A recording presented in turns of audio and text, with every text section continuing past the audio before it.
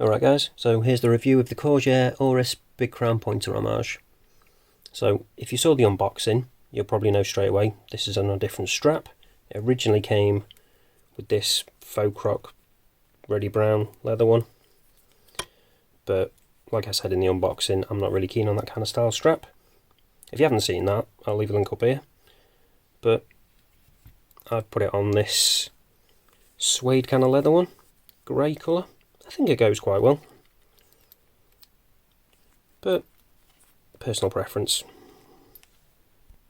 So let's get a quick zoom in on that dial.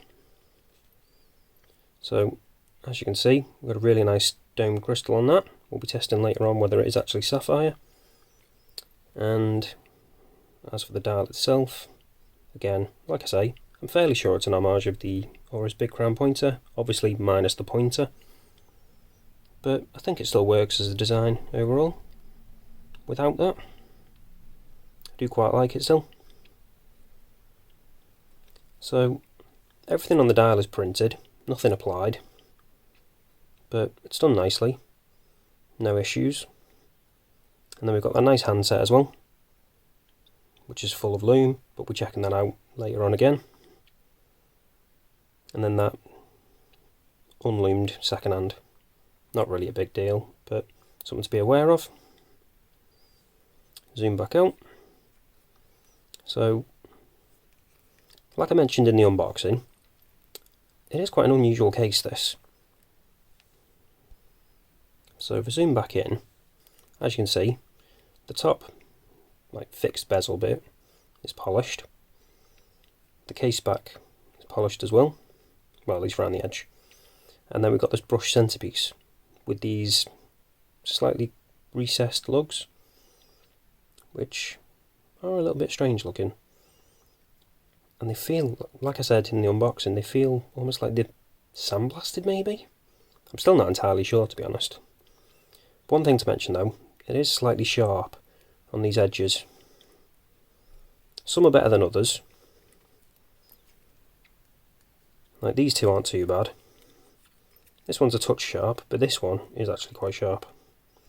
So the QC isn't really the best, but given the price point, it's forgivable, I guess.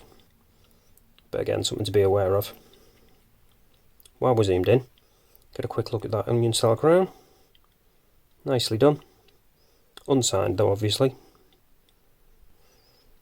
As with most Corgeut watches, they only tend to put the branding on the dial, so you don't really get it anywhere else. If we flick around to the back, that's the same here as well. So unbranded case back, zoom back in. We've not got a spec sheet around the outside either, it's just plain, and like I say, polished finish, so a little bit smeared because I've been wearing it, sorry about that. I've had to give it a quick wipe. And there you can see the movement. So there's a couple of movement options in this. You can get the Seagull 1612, which is the one I have, or you can get the Miyota 8215. They're both more or less the same movement, really. As far as I know, the Seagull is actually a clone of the Miyota. I could be wrong there.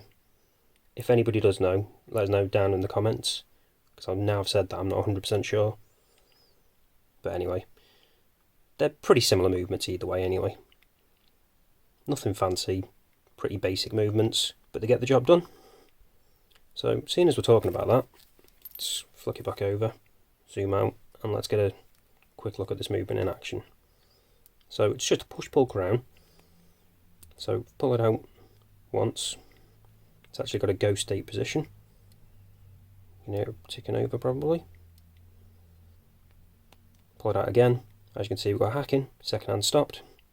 And then obviously we can change the time. Push it back in, second hand re-engages again. Oh, forgot to mention as well, zoom back in. So as you can see, it says on the dial we've got 50 metre water resistance, but with this style watch, you're not really going to be taking it swimming anyway, so not really an issue.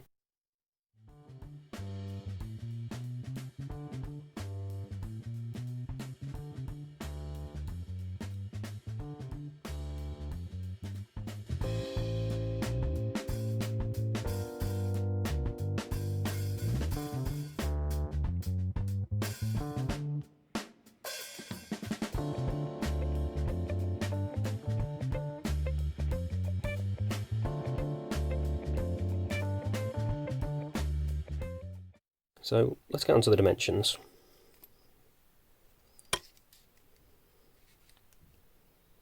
So we've got a thickness of about 13.6. The listing actually says it's 13, so a little bit bigger. And then we've got a lug to lug of 22.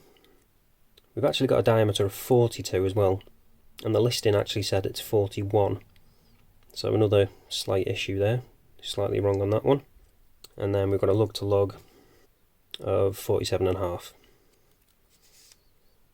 So the listing is actually wrong on a couple of bits there, something to be aware of.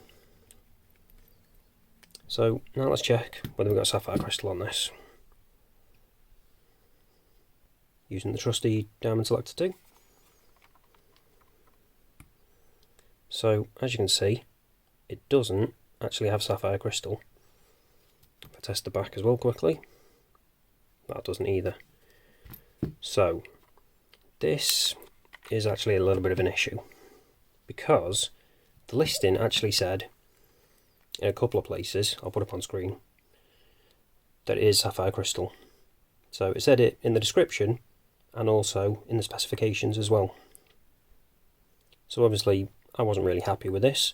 I decided to open a dispute, and AliExpress have ruled in my favour, so I got a £20, not $20, £20 refund. So if you've already ordered one of these, because I know a couple of people already did after my unboxing, as soon as you get it, just make sure you open a dispute if you've got a diamond selector to prove it. Otherwise I'm not entirely sure how you're going to go about proving it. So it could be a little bit difficult. But if you open a dispute, say it's not got a Sapphire Crystal, try and get a partial refund, or if you want, you can obviously send it back. And then obviously if you do send it back, you'll get a full refund as well. So the option's up to you. Would I still recommend this watch though? Despite that, if you can get the discount, the refund, sorry, I think it's still worth the money, but it's just something to bear in mind. If you were buying it hoping it was going to have Sapphire Crystal, then, like I say, either don't buy it, or if you already have, make sure you open a dispute as soon as you get it. So, getting on to the rest of it, let's quickly test now what the Lume's like on this. So as you can see, the hands are looking pretty good already, but let's charge it up, give it a proper chance.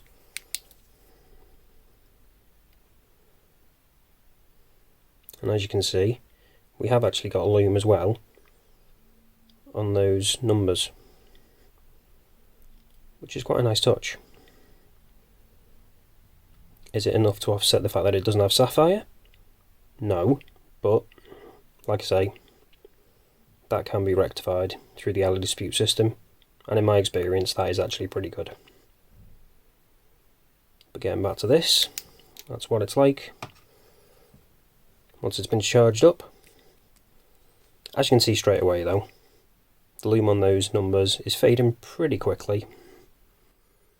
It's not quite as bad as it looks on camera.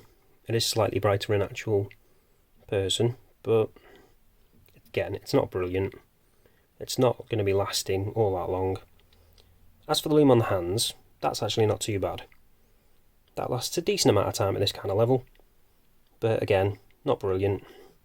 Don't be buying the watch for the Lume obviously, but it's usable. So all that's left to do now is show it you on wrist. So I'll start off, I'll quickly show it you on wrist on this strap, and then I'll quickly switch it out and show you on the strap it actually comes on. So this is what it looks like on my 7-inch wrist on this suede grey strap. I think it does look quite good. Matches pretty well. Obviously it's not a perfect match, but I think it works. And like I say, I've been wearing it on this one. So that's it on that one. I'll quickly show you on the original strap now.